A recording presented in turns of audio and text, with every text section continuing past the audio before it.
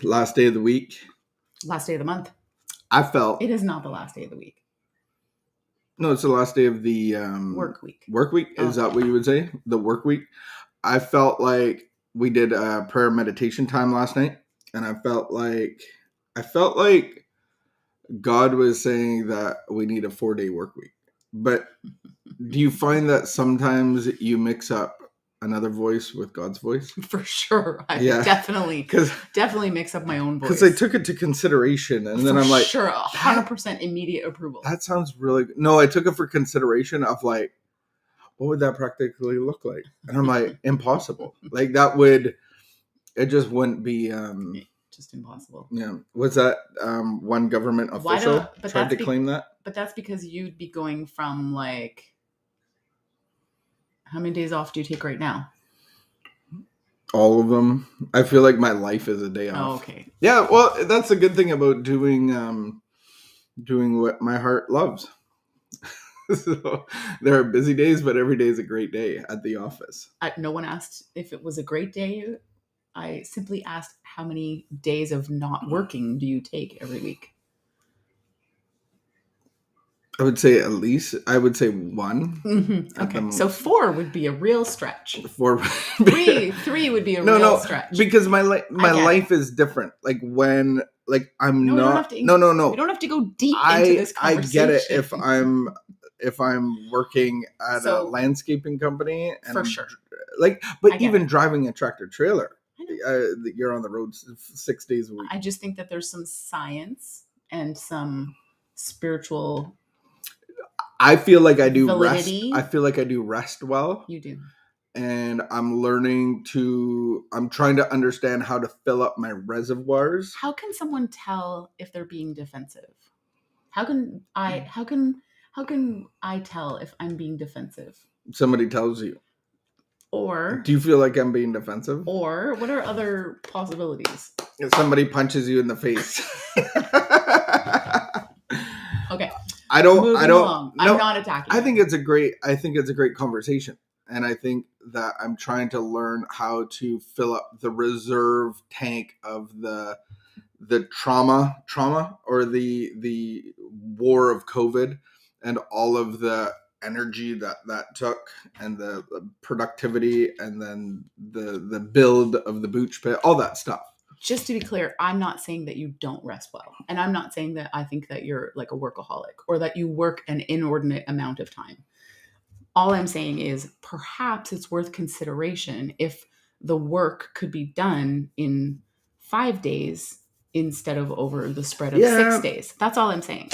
The other difference is like because I have solidified work, but then I have speaking stuff. I know. And so speaking stuff is kind of always in a person's head. And I was just putting it in as a consideration. That's all.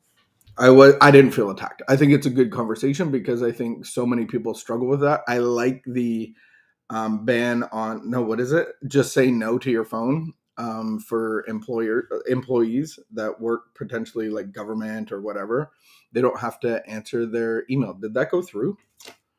We heard something about that the other night, but I don't know any of the specifics. Yeah, I saw it on the news. Someone was just, they're passing a bill of work. That you couldn't get in trouble from your employer for not answering emails after hours. Yeah. I appreciate that. I had a boss for 15 years who said, if you can't get it done between 9 and 5, something's wrong.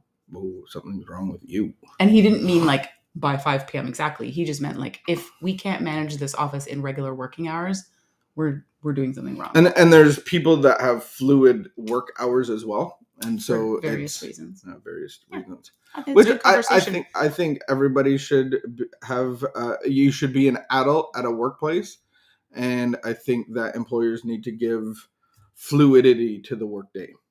I think that you do rest very well, and so we have a practice of what would be called Sabbath, which is a practice of resting and unplugging that I think we still do pretty well, where we try to not schedule things on Saturdays.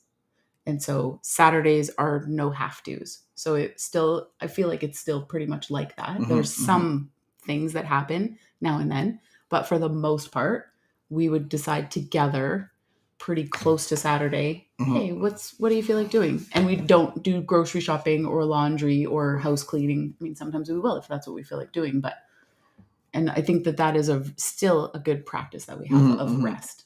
Yeah, I would say where I probably need to consider is the teaching and speaking engagements of like preparing that, because it's in your head the day before. It's hard to prepare. For me, it's. Do you know that's why a lot of pastors take Monday off?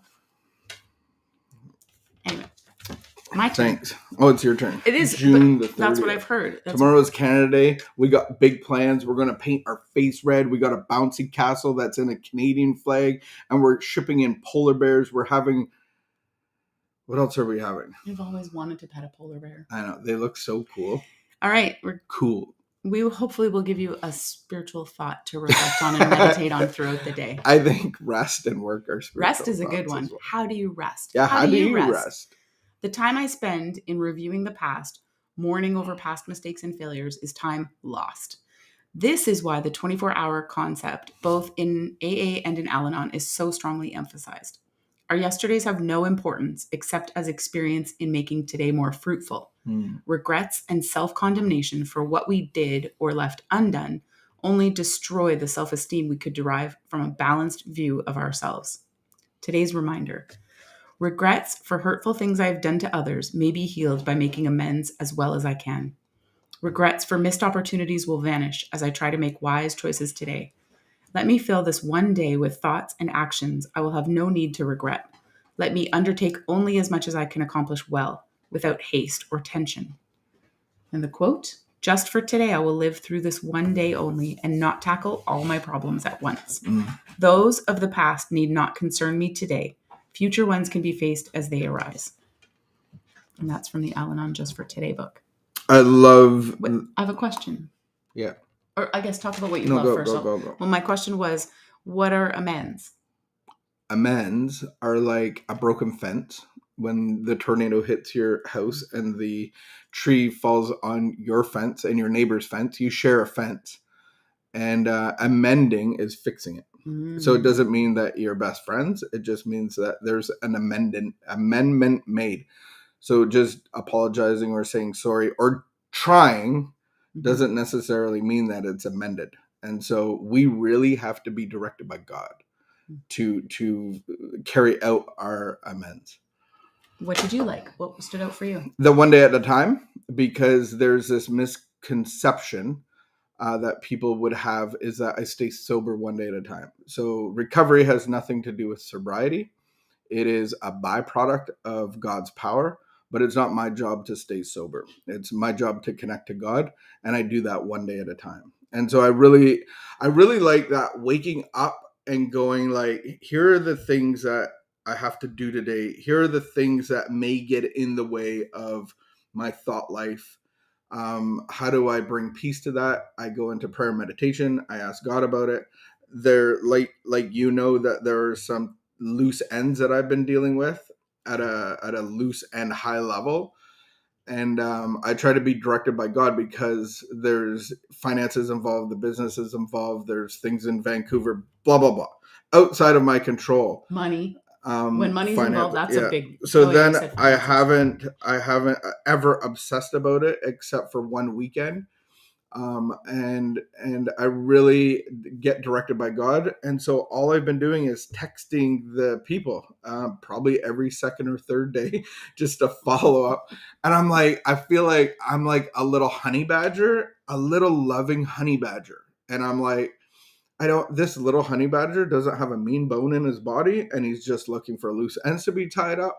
And it's just like a very calm, assertive, and today many of those loose ends should be tied up. And it's like, I'm not obsessed about it, about the things that I have no power about. And I pray to God, like, would you bring closure to this loose end? Would you show me in an email, whatever it is? And then there's past stuff that when we make amends, it's like growing a new garden. And so when there's actually amendment made, there's the Spirit of God, which produces the fruit of peace and love and joy, unity, all those things, it doesn't mean that our friendship is a certain expectation, because that's just more expectations about amendment. But if I owe the bank $500, making the amends would be giving back the $500 and maybe the interest that has occurred, and that's amending my part. So fixing the fence with your neighbor to keep the neighbors out. Yeah. Yeah, those are the thoughts of like not regretting the past, but God actually illuminates my past to bring it full circle so that it can be useful to other people as I guide them in the same process. And so it's best not to just like run out whole hog and try to, okay, I have this relationship that's broken. I have that relationship that I need to run all over the place and fix all these things. We have a program called LifeLab that walks you through it. And so you go through that process in an intentional way. And if there's things that need to be made right, that becomes clear to us through the process. And then I take some next steps over time to like rectify those things. And to it's a process of connecting to God, to connect to others. So many times our intellect wants to just get it all done, get it out of the way, get everything back on track, and get all the bad stuff fixed. And then we go to other people to say, like, should I be doing this? Should I be? And it's like really being directed by God. If you're not hearing anything, then that means you don't do anything. And some of your amends may take 2 years or 5 years because God hasn't directed you to go to that person or go to that institution or whatever it is. And I've heard story after story of like, this amend was on pause for 3 years and it was really bothering them. And it had to do with a family member. And then they finally went to the family member when they were in that city and felt like they were directed by God. And then 2 people ran into the person on their way to make this amend, and they said, no, don't do that. Like, do not do that now. She's not ready for that. And then it was like 2 years later, he had another chance to amend that relationship, and he felt like God directing him, and they did. And there was a child involved, like an adult child involved, and he was getting into addiction.